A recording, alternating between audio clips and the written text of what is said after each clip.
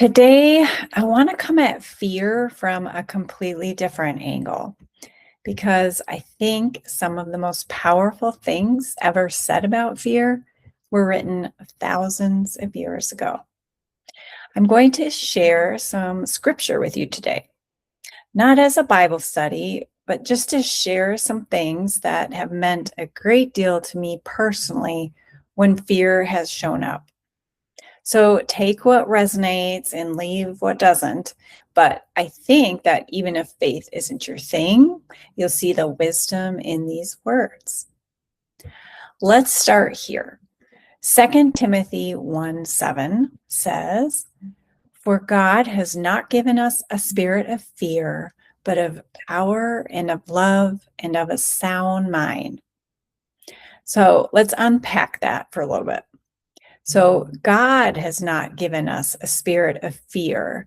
That means fear is not our design. It's not who we were made to be. Power, love, and a sound mind, that is what we were given. Fear is the intruder.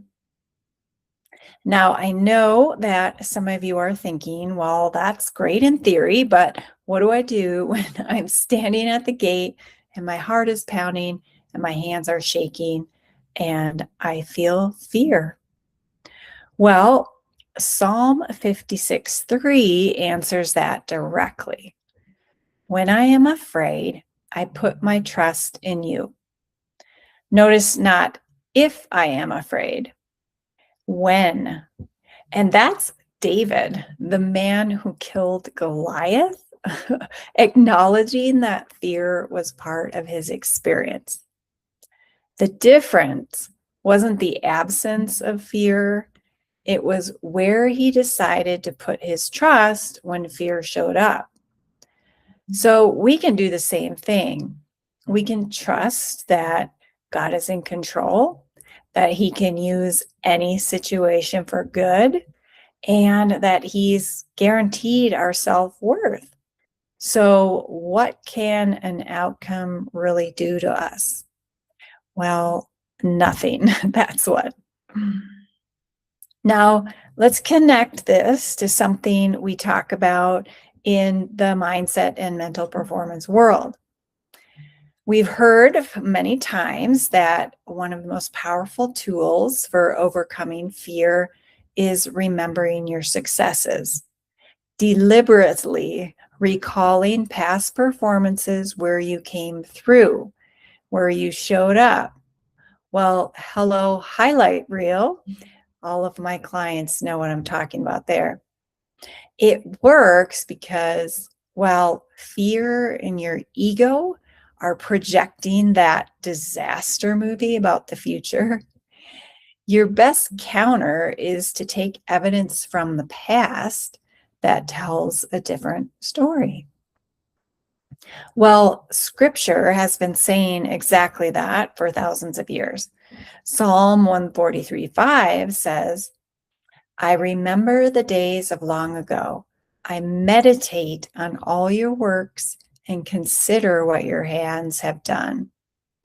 That is David again, keeping a record of God's faithfulness, remembering what he's already been brought through, and using that record as his anchor when fear tries to pull him under.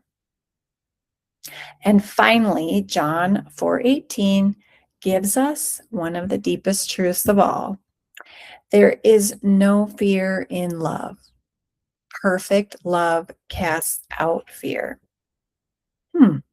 So not willpower, not positive thinking, but God's perfect love, the deep, settled, unshakable knowing that you are loved, not because of your performance, not because of your results, but simply because of who you are. That is what ultimately dissolves fear. So it doesn't mean a bad run isn't still disappointing. Sure, it still stings, but it doesn't define us. And that is freedom. So let's close today with our power statement. Keep it in your back pocket to speak out the next time you need it. I feel the fear and take action anyway.